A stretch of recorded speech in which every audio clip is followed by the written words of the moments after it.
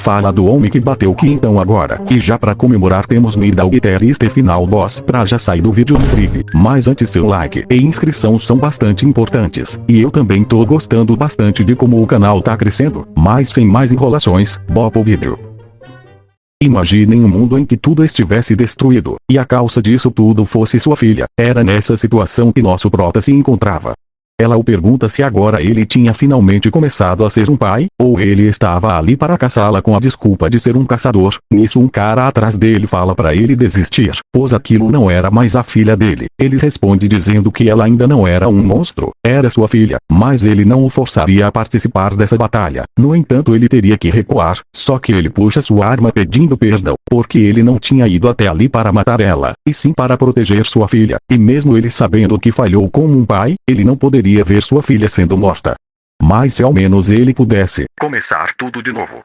O que realmente acontece porque ele tinha voltado para 2025, ele já se pergunta o que tinha acontecido, porque ele se lembrava perfeitamente de ter morrido por proteger sua filha. Só que nisso alguém bate em sua porta, e era ninguém menos que sua ex-namorada, que já fala que o que ela tinha a dizer seria difícil de acreditar, mas aquela criança que estava com ela era sua filha. Ele responde dizendo que foram anos bastante complicados para ele, e agora ela aparece ali do nada falando que aquela garota era sua filha. Seria isso uma tentativa de o fazê-lo pagar pensão, ou ela tinha pelo menos alguma prova disso, mas isso foi o que ele falou na primeira vez, porque nessa ele apenas fala que acreditava nela fazendo carinho na garota, e as pedem para entrar, até porque eles deviam estar cansados depois de caminharem até ali.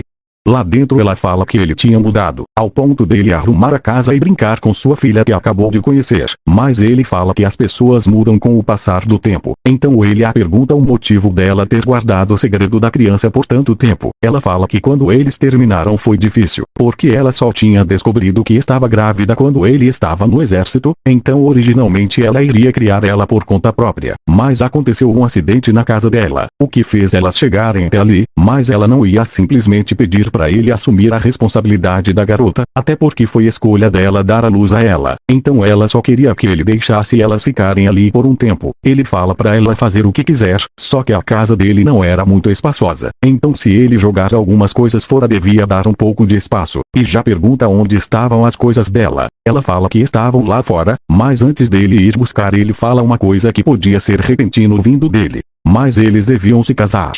Ela fala que elas vieram até ali porque as coisas não estavam indo muito bem, e não porque ela ainda sentia alguma coisa por ele. Ela era até grata por ele ter deixado elas ficarem ali, mas eles deviam falar sobre isso mais tarde.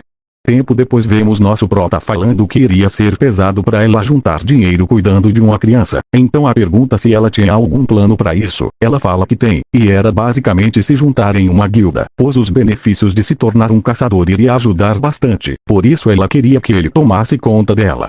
Voltando 10 anos no passado, é contado a história de quando as rachaduras começaram a aparecer. Lá vemos uma criança passeando com sua mãe, quando justamente uma dessas rachaduras aparece ali, e de lá saem vários monstros que levaram à destruição da humanidade. Com isso todas as nações do mundo entrarão em colapso ao mesmo tempo, mas ainda não estava tudo perdido, porque a humanidade também começou a se adaptar usando um pouco da mana que vazava das rachaduras, e desde então essas pessoas que são capazes de matar o monstro foram chamadas de caçadores.